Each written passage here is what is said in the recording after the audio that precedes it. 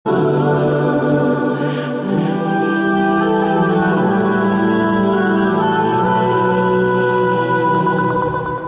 بولی کچھ اور ہوتی ہے، اللہ والوں کی شان اور ہوتی ہے۔ کیا کہا؟ اللہ اکبر اللہ اکبر، اللہ سب سے ابا جس نے وہ بہت بڑا ہے۔ یہ اسماعیل علیہ السلام کی بولی ہے، اللہ اکبر اللہ اکبر، اللہ سب سے بڑا ہے، اللہ سب سے۔ ادھر دیکھا تو حضرت جبریل امین کھڑے ہیں۔ اب آپ نے کیا کہا؟ وَلَا إِلَهَ إِلَّا اللَّهُ وَاللَّهُ أَكْبَرُ، اللہ کے سوا کوئی معبود نہیں، اللہ کے سوا کوئی، اللہ سب سے۔ تو تیسرا جملہ حضرت ابراہیم خلیل اللہ نے کہا وَلِلَّهِ الْحَمْدُ، ساری تعریفیں اللہ ہی کے لیے ہے، ہمارا کوئی کمال۔ تو یہ کتنی آدمیوں کی بولی ہوئی؟ 3 کی۔ اللہ اکبر اللہ اکبر اسماعیل علیہ السلام، ولا الہ الا اللہ واللہ اکبر جبرائیل علیہ السلام، وللہ الحمد ابراہیم خلیل اللہ۔ اسی تینوں کو ملا کر تکبیر تشریق کہتے ہیں۔ اور یہ ذی الحجہ کی 9 تاریخ کی فجر سے لے کر 13 تاریخ ذی الحجہ میں عصر تک، بولو ہر نماز کے بعد کہنا ضروری ہے کہ نہیں؟ ارے بولو بھائی، نماز پڑھتے ہونے تو پتا ہوگا، جو نماز ہی نہیں پڑھتے۔ ارے بولو، فجر 9 تاریخ کی فجر سے امام کے ساتھ اس تکبیر کو کہنا ضروری ہے، اور 5 دن کہی جاتی ہے۔ ان 5 دنوں کو کہتے ہیں ایام تشریق۔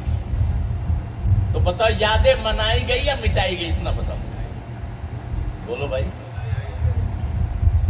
منائی جا رہی ہے، تو جی کس کس کا قول ہے یہ بھی یاد رکھا جا رہا ہے۔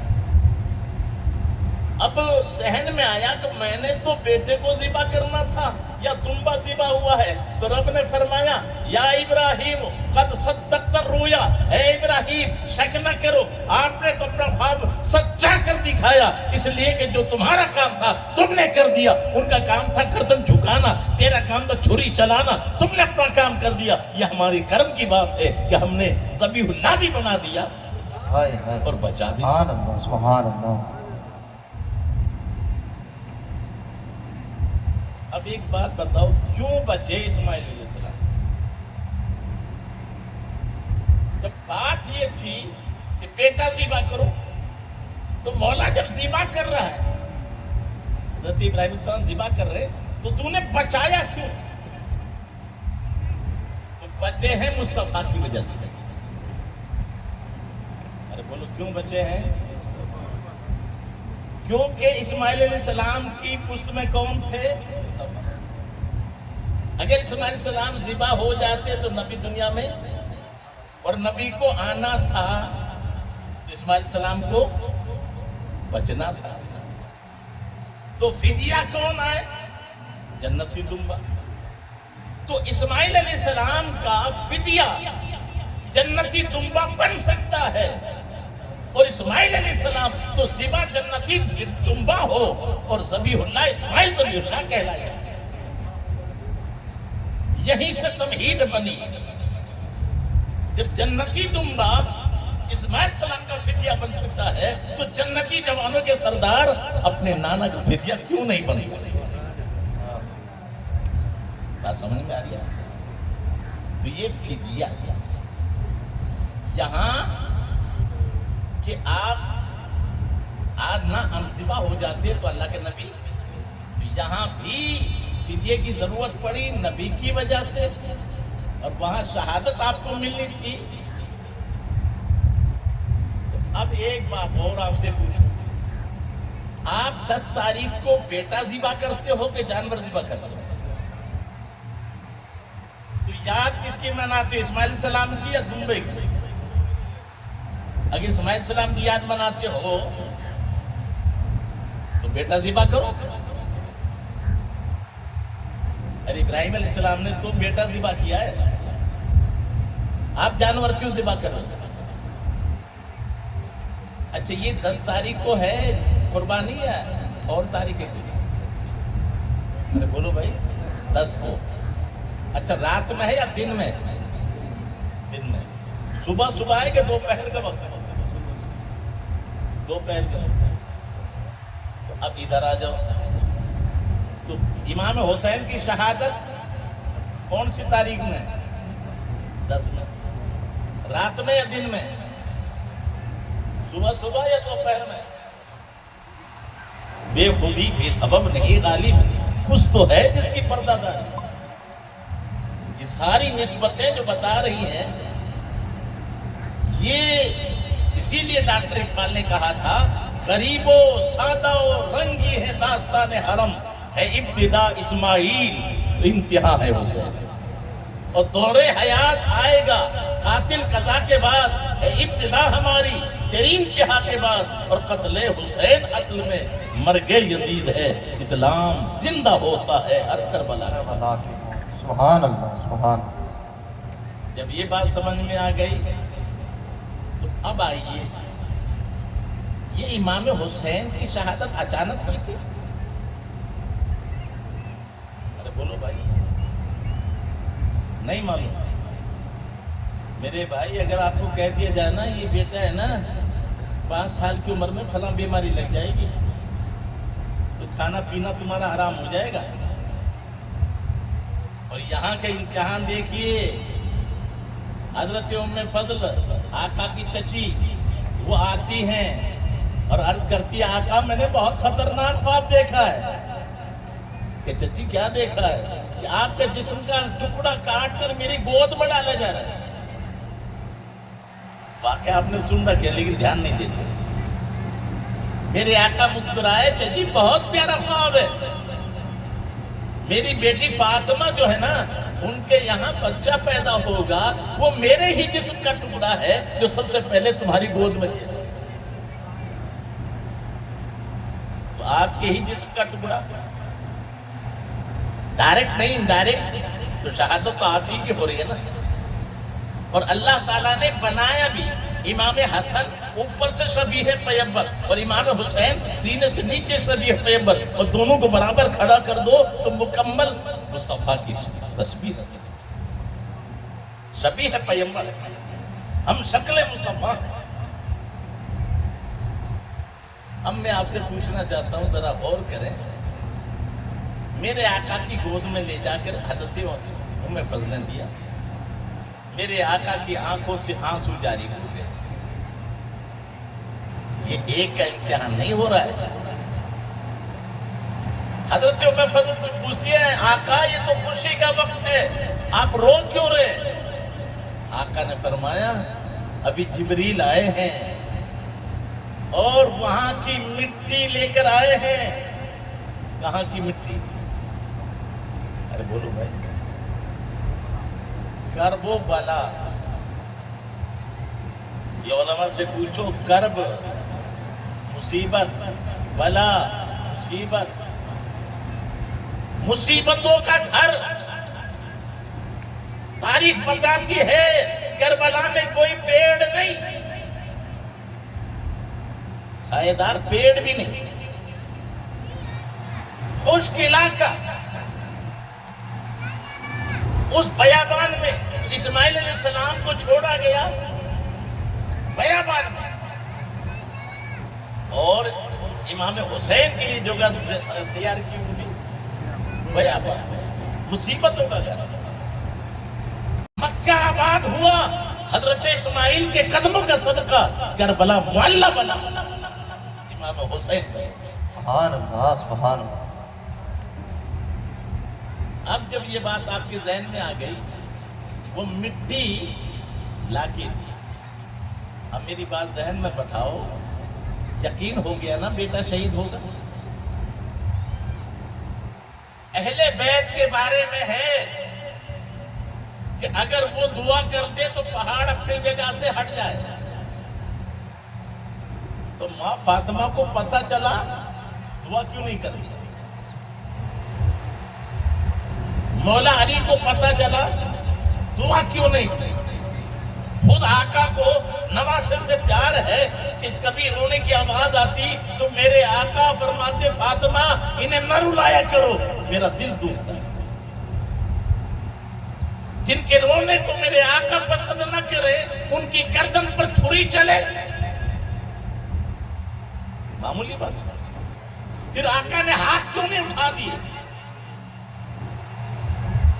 یاد رکھیے، اب میں آپ کو بتاؤں، امتحان جو ہوتا ہے وہ اچھی چیز ہے یا بری چیز؟ تمہارے بچے پڑھتے رہے، امتحان نہ ہو، خوش ہوں گے بچے؟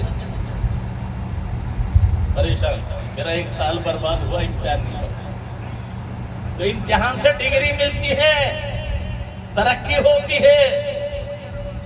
اب ایک بات اور پوچھو، جب امتحان ہوتا ہے تو پہلے تیاری ہوتی ہے کہ نہیں ہوتی؟ لیکن امتحان گاہ میں کوئی مدد لیتا ہے؟ اگر لے تو چور، اور مدد دے تو مجرم۔ تو میدان امتحان کے میدان میں مدد لینا بھی جرم ہے اور دینا بھی۔ اور کربلا میں امام حسین کس میدان میں تھے؟ میدان امتحان۔ اور امتحان کا سبجیکٹ کون تھا؟ صبر۔ ارے کون سا سبجیکٹ تھا؟ اب جو بے ایمان کہتے ہیں حسین تو اپنے لیے کچھ نہ کر سکے، اپنے بچوں کو پانی تک نہ لا سکے، وہ بے ایمان ہے۔ وہ امتحان میں تھے اور امتحان میں مدد نہیں لی جاتی،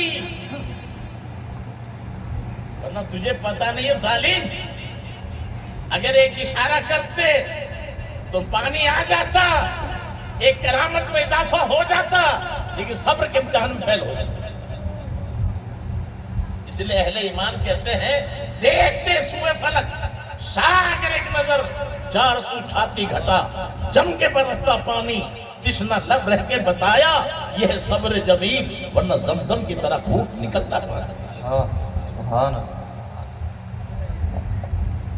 اب یہاں پر قرآن دیکھا، مولا علی شہید ہوئے کیا بھوکے تھے؟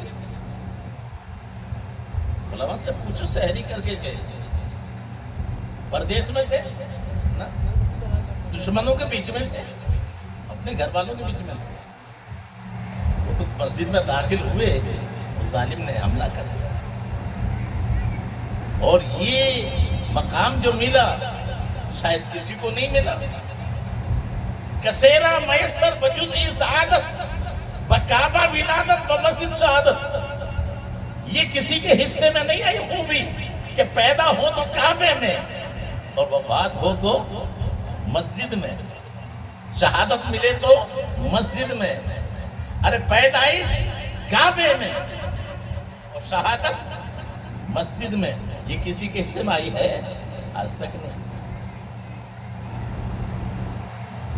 پھر یہ تفصیل کا وقت نہیں میرے پاس، یہ تعلق ایسے جڑ گئے، آپ کعبہ میں پیدا ہوئے مولا علی، لیکن آنکھیں بند، منہ بھی، والدہ لے کر آئی، آقا ملے سامنے کہ یہ بچہ کیسا پیدا ہوا ہے، آنکھیں بھی بند ہیں، منہ بھی بند ہے۔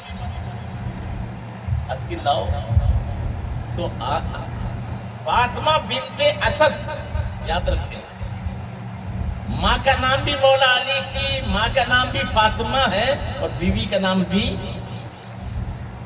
بیوی فاطمہ بنت محمد رسول اللہ ہے، ماں فاطمہ بنت اسد۔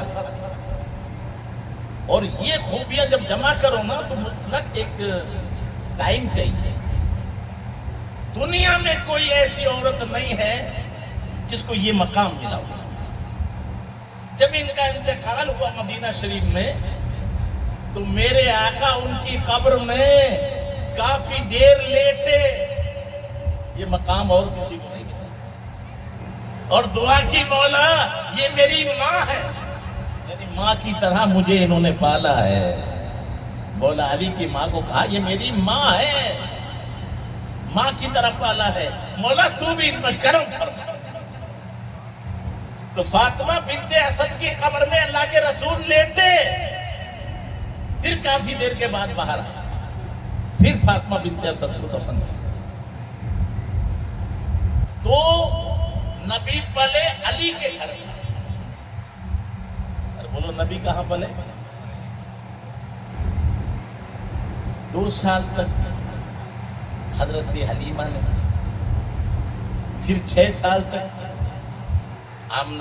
حضرت آمنہ کے پاس رہے، ان کا انتقال ہو گیا تو 8 سال کی عمر تک دادا عبد المطلب کی پیروی میں رہے، پھر 8 سال کے بعد پوری زندگی 50 سال کی آپ کی جب عمر ہو گئی اس وقت تک آپ ابو طالب کی کفالت میں رہے۔ لیکن اب ایک اتفاق دیکھیں، 12 سال کے ہوئے تو آپ نے چچا کے ساتھ تجارت کا سفر کیا، لیکن کچھ اور بڑے ہوئے تو حضرت عباس سے کہا چچا ابو طالب کی جہاں اولاد زیادہ ہے، آمد کم ہے، کیوں نہ ہم ان کا بوجھ ہلکا کر لیں؟ تو مولا علی کو نبی نے لے لیا اور جعفر اور عقیل کو عباس نے لے لیا۔ تو یہ بھی نبی کی زندگی ہے، ایک بھائی کی اولاد زیادہ ہو اور دوسرے ویسے ہوں تو ان کی اولاد کو اپنی کفالت میں لے لو، ان کا بوجھ بھی ہلکا ہو جائے گا۔ اور یہ آگے تک ایک بہت راز کی بات تھی کہ نبی پلے علی کے گھر میں اور علی پڑھ رہے ہیں، پھر حضرت علی کی پرورش میرے آقا نے۔ اچھا یہاں پھر آئیے، تو جب مولا علی کی گود میں سب سے پہلے فاطمہ بنت اسد نے، آپ کی ماں نے دیا، تو علی نے آنکھیں بھی کھول دی اور منہ بھی کھول دیا۔ میرے آقا نے اپنا لعاب دہن ان کے منہ میں ڈالا۔ بات آئی گئی ہوئی، لیکن یاد رکھیں جب ایک وقت کا آیا، اے علی تم نے آنکھیں کیوں بند کر رکھی تھی؟ یعنی پتہ چلا وہ آنکھیں مجبوری میں نہیں اختیار میں بند تھی، نبی کی گود میں آنکھیں کیسے کھول دی؟ تو کہا کہ میری تمنا تھی اگرچہ پیدا کعبے میں ہوں لیکن سب سے پہلے اگر دیکھوں تو کعبے کو نہیں، کعبے کا بھی کعبہ انہیں دیکھوں، سبحان اللہ، مصطفیٰ کو دیکھوں، اور کوئی چیز میرے منہ میں جائے تو مصطفیٰ کا لعاب دہن ہے۔ میرا آقا سمجھ بھی لیا۔ اب کوئی کہے جی یہ باتیں پیدا ہوتے ہی، تو قرآن اٹھاؤ، محمد رسول اللہ، محمد اللہ کے رسول ہیں، والذین معاہ، اے ابو بکر، جو آپ کے ساتھی ہیں ابو بکر، اشداء الکفار عمر، رحماء بینہم عثمان غنی، تراہم رکن سجا، دیکھے رکوع میں سجدے میں ہر وقت نماز میں مولا علی۔ اور پھر ان کے بارے میں قرآن نے کیا کہا؟ ذالک مثلہم فی التوراۃ و